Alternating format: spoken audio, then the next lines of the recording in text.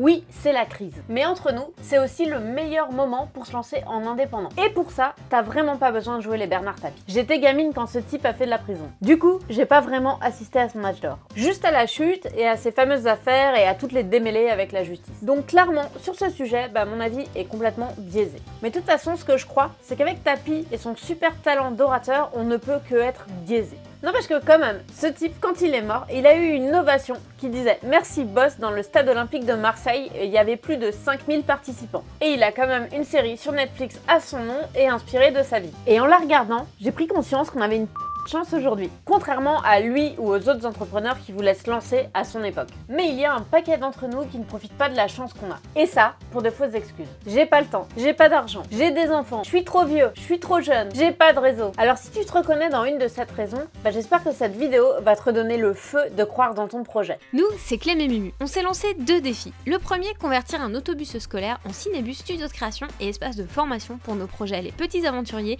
et le campus des créateurs nomades. Le second, c'est t'aider à toi aussi devenir un créateur nomade. Tapie, si tu ne le connaissais pas, c'est le gars qui a racheté l'OM et qui a fait gagner à Marseille la Ligue des Champions en 93. Il a possédé 35 entreprises. Il a battu un record de transatlantique avec son yacht de luxe, le Phocéa. Il a été ministre de François Mitterrand. Il a eu ses émissions télé. Et surtout, il a affronté Le Pen en débat quand tous les autres avaient la trouille de le faire. C'est pas parce que vous avez une grande gueule et que vous criez fort que vous arrivez... Poli, mais je peux pas être poli avec vous. Ah oui, j'ai oublié, il a aussi été animateur radio, acteur, comédien et auteur. C'est aussi le gars qui a racheté Adidas. Mais avant tout ça, Tapie, son rêve à lui, c'était d'être chanteur. Sauf que bon, c'est Paul Naref qui a réussi à sa place. Du coup, il a changé de voie et il a tout donné dans l'entrepreneuriat. Alors tu peux te dire oui, mais il connaissait du monde forcément. On finit pas ministre sans réseau. Eh ben non, ce mec venait du milieu ouvrier. Son père était ouvrier ajusteur fraiseur, puis frigoriste et sa mère aide-soignante. Donc on peut pas vraiment dire qu'il partait avec du réseau, que ça soit dans l'entrepreneuriat ou la politique. Et avant internet, monter sa boîte quand tu venais pas d'un milieu social favorisé, ça se résumait en un seul mot. Galère. Ou barrière, comme tu préfères. Galère parce que toutes les boîtes, ou presque, reposaient sur des investissements physiques ou financiers. Bosser tranquille dans ton jardin en slip, avec comme seul outil un bloc-notes et ton téléphone, c'était tout simplement impossible. Bah oui, le câble était pas assez long. En gros, si tu voulais ouvrir une boutique, il te fallait au moins un local, des employés et un inventaire. Sans parler des clients. Et pour les trouver, il y a 30 ans, c'était un peu la misère si t'étais introverte. Tu devais mettre ta pub dans un bottin ou encore payer pour avoir tes 2 minutes promotionnelles dans un cinéma de quartier. Et de là, espérer enclencher le bouche à oreille. Ou alors, comme Tapie, faire du porte-à-porte pour vendre des télés. Mais pour se lancer, Bernard Tapie, il avait un avantage. Mais ça, je t'en parle un peu plus loin. Imagine-toi un instant dans les années 80-90.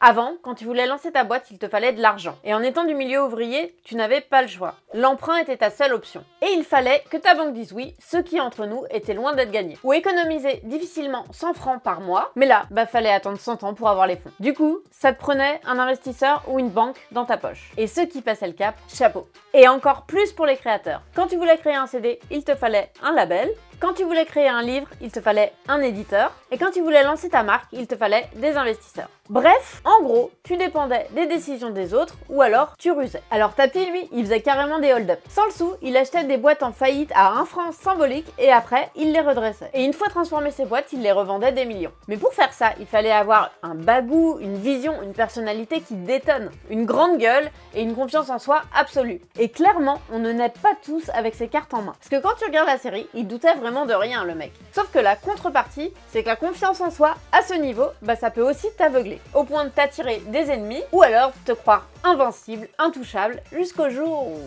bim, tu sors du gouvernement, on te fout en tôle et tu perds procès sur procès. Alors, c'est vrai qu'il voulait faire de l'argent, ça, c'est sûr. Un exemple. À un moment, il y a une phrase. Quand je suis dans les affaires, je veux gagner beaucoup, beaucoup, beaucoup d'argent.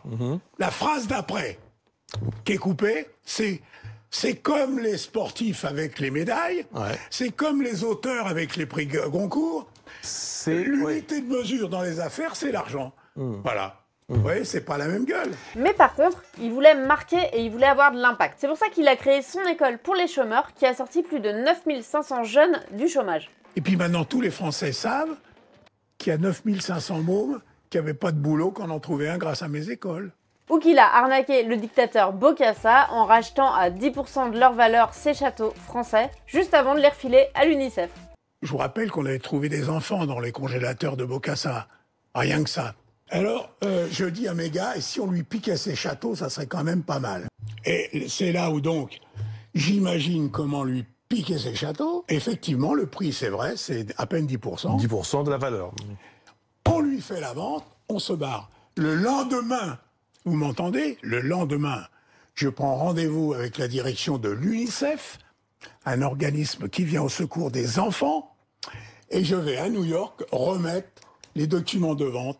Mais tu vas me dire, c'est quoi le rapport avec moi? Aujourd'hui, tu n'as plus besoin de banques ou de gros investisseurs pour démarrer, ou pour avoir de l'impact dans tes projets. Tu as Internet. Alors oui, tu peux te la jouer Startup Nation, car avoir beaucoup de liquidités, ça te permet de booster tes ventes et de monter des équipes. Bref, tu grossis plus vite. Mais entre nous, combien de projets tiennent la route sur le nombre de prétendants? Si tu rêves de monter ta boîte, d'être indépendant, de créer une marque et d'avoir de l'impact, tu peux le faire de manière éthique et tu peux commencer dès aujourd'hui. Par exemple, tu peux lancer des campagnes de financement participatif. C'est comme ça que la marque 1083 a levé plus d'1 million d'euros auprès de particuliers. 3 ans plus tard, ils font plus de 12 millions d'euros de chiffre d'affaires et ils ont réussi leur pari de créer un jean 100% made in France tout en étant rentable. Le secret, être en lien direct avec le consommateur. Plus besoin de convaincre les magasins de vendre tes produits. La magie du web. Alors tu veux peut-être pas avoir 110 salariés comme 1083. Et c'est ok, tu veux peut-être te lancer dans la chanson comme Tapi ou tu veux juste lancer ton projet de livre. À l'époque, ça voulait dire trouver un éditeur ou éditer soi-même en allant chez un imprimeur. Payer des dizaines voire des centaines de milliers de francs et faire le tour des librairies.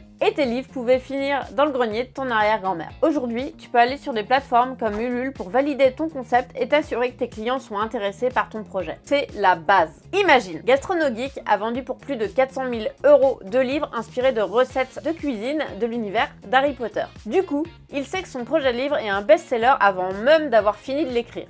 Il peut créer sereinement et monter les équipes nécessaires pour mener le projet à bien. Évidemment, faire une campagne de ce type, c'est énormément de travail. Et si tu as déjà une audience, c'est l'idéal pour t'assurer de faire des ventes. Imagine si cette grande gueule de Tapi avait eu accès à ça quand il a lancé son premier CD. Ce serait peut-être devenu le Jay-Z de notre époque. Réussir sa vie, c'est croire en l'instant. Ok, bon, peut-être pas. Cela dit, que ce soit avec des investisseurs privés ou des campagnes de financement, il faut pas oublier que tu dois quand même à la fin rendre des comptes. Si tu as envie de monter ton projet sans avoir à dépendre des autres et que tu n'as pas forcément l'argent, tu peux t'auto-financer. C'est exactement ce qu'on fait avec le projet du bus qu'on convertit en studio de production. Ou pour notre projet Les Petits Aventuriers, ou encore pour notre école pour créatifs qui veulent se former en entrepreneuriat. En fait, on le fait tout le temps. Nos projets pro s'alimentent mutuellement. Et la première marche pour y arriver, ça a été de créer une activité en freelance. Aujourd'hui, ça n'a jamais été aussi facile de te lancer, de créer ton projet sans avoir besoin de mise de départ. Tu as juste besoin d'un ordinateur et d'internet pour inscrire ton entreprise légalement. Grâce au web, tu n'as plus besoin de payer pour de la pub quand tu démarres. Imagine, tu as ta propre chaîne télé juste à toi grâce à YouTube, une radio avec ton podcast, un magazine pour partager tes créations avec Instagram, tu peux te connecter à des humains aux quatre coins du monde en un clic et c'est presque gratuit. Avant, pour passer un coup de fil en région, on y réfléchissait à 2 fois et on comptait les minutes. Et je t'en parle même pas si c'était à l'étranger. Et aujourd'hui, si tu as envie de passer par de la pub,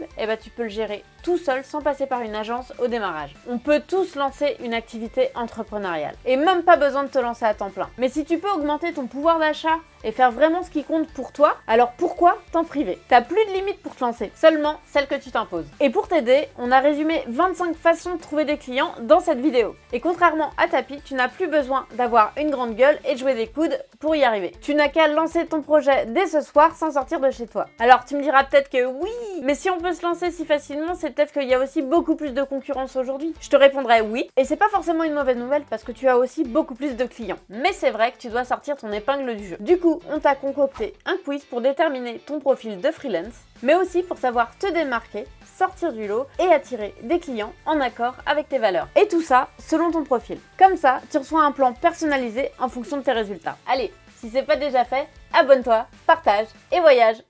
Cherchez pas à tout coup à réussir dans la vie, mais battez-vous pour réussir votre vie.